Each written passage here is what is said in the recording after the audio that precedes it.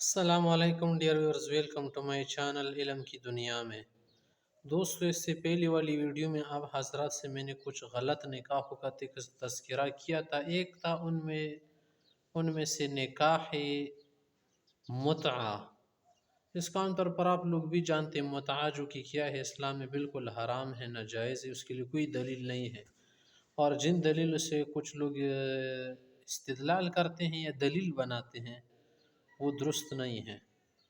اور دوسری قسم آپ کو بتائی تھی نکاح شغار کی، وہ بھی کیا ہے، صحیح نہیں ہے، درست نہیں ہے، مکروہ ہے۔ دیگر حضرات کے نزدیک تو درست بالکل نہیں ہے، ہمارے نزدیک اس میں کراہت ہے، لیکن اگر ایسا نکاح کر لیا ہمارے مذہب کے مطابق ہو جائے گا، مہر مثل دینا پڑے گا۔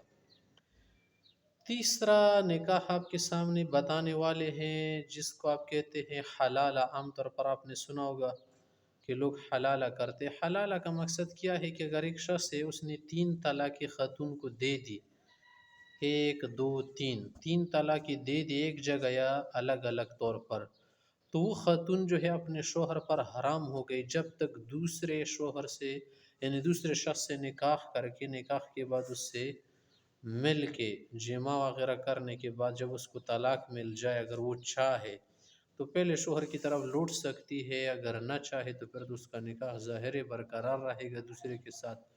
مگر کچھ لوگ اس میں کیا کرتے ہیں، آپس میں کمپرومائز کرتے ہیں، مفاہمت کرتے ہیں کہ چلو پھر آپ نے جو ہے طلاق دینی ہے، کیونکہ میری جو ہے اولاد اس خاتون سے، میں نہیں چاہتا کہ یہ مجھ سے جدا ہو جائے، مگر میں نے اقدام کر کے بڑی غلطی کی ہے، اس غلطی پر میں پشیمان ہوں، چلو آپ نکاح کر لو اس خاتون سے۔ نکاح کرنے کے بعد کچھ وقت ٹائم گزارتے ہیں نا، پھر اس میں ظاہر ہے کہ خاص ملاقات بھی ہو جاتی ہے، اور اس کا جو ذکر ہے نا قرآن کریم میں بھی ہے، حدیث شریف میں بھی ہے۔ یہ کام کرانا تو اسی بھی ضروری ہے کہ دوسرے شخص سے وہ نکاح کرے گی وہ خاتون، ورنہ پہلے کے لیے حلال نہیں ہو سکتی۔ مگر مشورے کے ساتھ یا دوسرے شوہر کا یا دوسرے شخص کا اس کے لیے ڈھونڈنا پھرنا کہ کہیں مجھے حلالہ مل جائے، تو ایسا کرنا کیا ہے، مکروہ کام ہے۔ ایسے شخص کو تے سے مستعار کہتے ہیں، حدیث میں جیسے بکرا ہوتا ہے، گائے بیل ہوتا ہے، وہ لوگ لے لیتے نا کس کے لیے، جفتی کے لیے، تو وہی جو ہے اس کو کہا جائے گا فلا تحل له من بعد حتى تنكح زوجا غیرہ۔ تو ایسے ثابت ہے، لیکن ایسا کرنا کیا ہے، مکروہ ہے۔ اور حضرت ابن مسعود رضی اللہ عنہ فرماتے ہیں کہ نبی صلی اللہ علیہ وسلم نے ایسے شخص پر لعنت کی ہے جو کیا کرے، کسی کے لیے خاتون حلال بنا دے، اور جس کے لیے بنا رہا ہے وہ پہلے والے شخص پر بھی، جس کو ایسے الفاظ سے نقل گیا کہ لعن رسول اللہ صلی اللہ علیہ وسلم المحلل والمحلل لہ۔ تو اس نکاح کا حکم یہ ہے، اگر کر لیا ہو تو فسخ کر لے، اور اس کے ذریعے سے بیوی جو ہے حلال نہیں ہوگی، مہر جو ہے زوجی کے لیے ثابت ہوگی، اگر اس سے ملاقات ہو گئی پھر کیا کر لی، جدائی لائے۔ ہمارے نزدیک ایسا کرنا جو ہے مکروہ بات ہے، لیکن اگر ایسا ہو گیا تو وہ پہلے شوہر کے لیے حلال ہو جائے گی۔ چوتھا نکاح جو ہے مکروہ ہے، ہمارے حضرات کے نزدیک منع ہے، وہ ہے کیا کہ اگر ایک آدمی احرام باندھا ہوا ہے حج کے لیے، عمرے کے لیے، اس وقت جو ہے وہ کیا کرنا چاہتا ہے، کسی سے نکاح کر لیتا ہے، تو ایسا نکاح بھی کیا ہے، مکروہ ہے۔ ہمارے احناف حضرات کے نزدیک اس کا مطلب یہ ہے کہ جب تک وہ حلال نہ ہو حج عمرے سے، تو وہ بیوی کے ساتھ ملاقات خاص نہیں کر سکتا، ایسا کرنا حرام ہو جائے گا۔ ہاں اگر نکاح کر لے، نکاح تو منعقد ہو جائے گا، کیونکہ نکاح بھی عبادات میں سے ایک عبادت ہے، مگر اسی خاص حالت میں کرنا جو عمرے کے اندر خشوع خضوع ہوتا ہے نا، اس پر اثر پڑ جاتا ہے، اس لیے مکروہ ہے۔ اور کیا کرنا، جو نکاح کراتا ہے یا کرتا ہے، دونوں مکروہ ہے، ایسے حال میں ایسا مت کرے، لیکن اگر کر لیا ہو جائے گا۔ ائمہ شافعی حضرات کے نزدیک نہیں ہوگا، ان حضرات کے نزدیک اس کا حکم یہی ہے کہ ایسا کرنا باطل ہے۔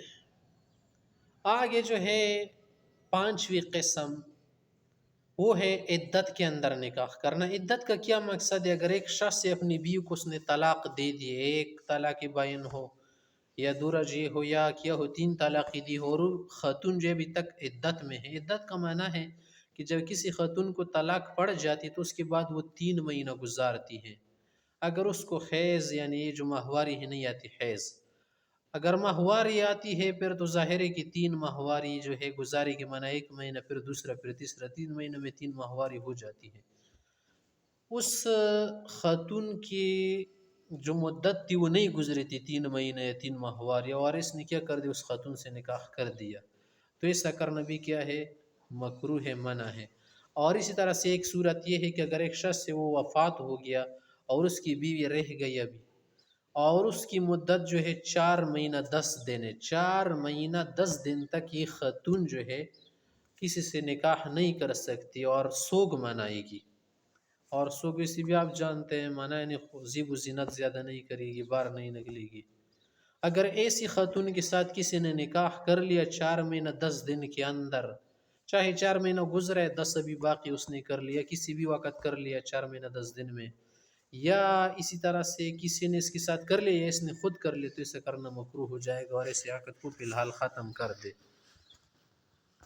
لیکن اگر خلوت وغیرہ ہو گئی نا، پھر تو ظاہر ہے کہ مہر دینا پڑے گا ان صورتوں میں۔ ایسا نکاح کرنا کیا ہے، منع ہے قرآن کریم کی روح سے وغیرہ حدیث کی روح سے۔ ایسے کیا کر لیا، اگر مہر خلوت ہو گئی پھر تو مہر دینا ہوگا، مانا اس کے ساتھ اکیلے میں آدمی گیا تھا۔